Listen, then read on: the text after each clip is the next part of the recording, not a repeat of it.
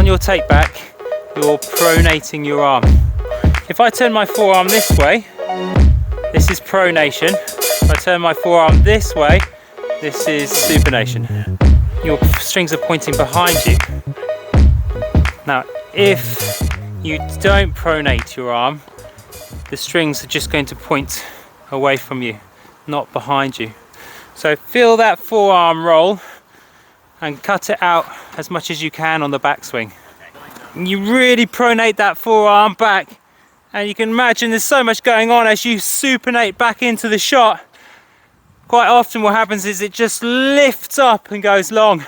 So just don't have any pronation at all in the backswing, and then come through.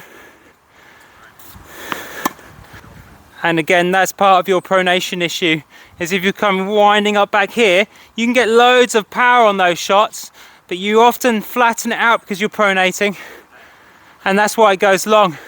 So the topspin is what we want. Your heavy topspin shot, because sometimes you do it lovely and you connect well with that pronation, but a lot of the time you lose the control because of it. So I don't think you're ever going to have no pronation in the backswing, but you've just got too much pronation in the backswing. Okay, so lose it as much as we can, and then you'll be able to control that spin a bit better. Yeah, with the racket head lag, you can make your backswing more compact. As long as you're going forwards, letting the racket head lag, you'll still got all the power you need. That's really good. That's good. You're reducing your pronation in the backswing really well. Yeah, I don't want you to reduce any of your topspin. I think it's a lovely shot, your heavy topspin. If anything, I would encourage it. Rather, don't flatten it out.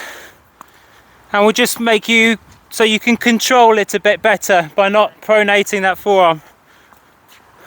They hit the ball higher, which is great because the ball's bouncing higher.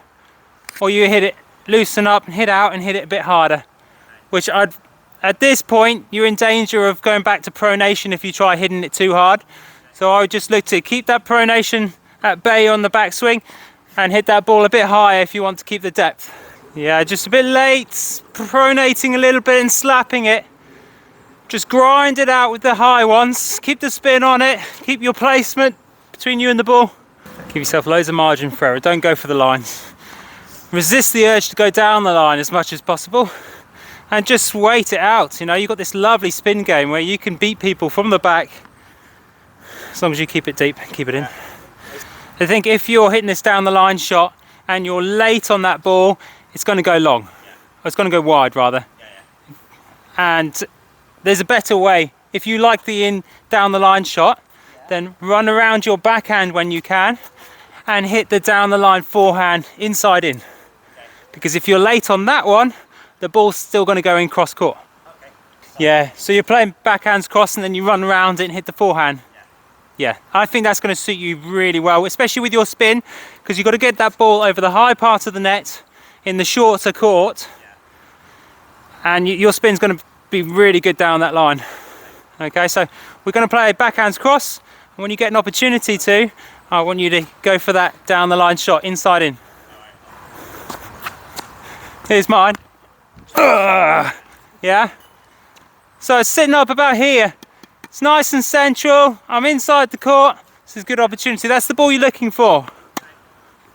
Okay, so when you've run around your backhand and you've hit that one down the line, you've got to recover to the other side of centre. Okay, you've got further to recover, so make sure you work on that recovery after you're inside in. Should we just go in for a little bit?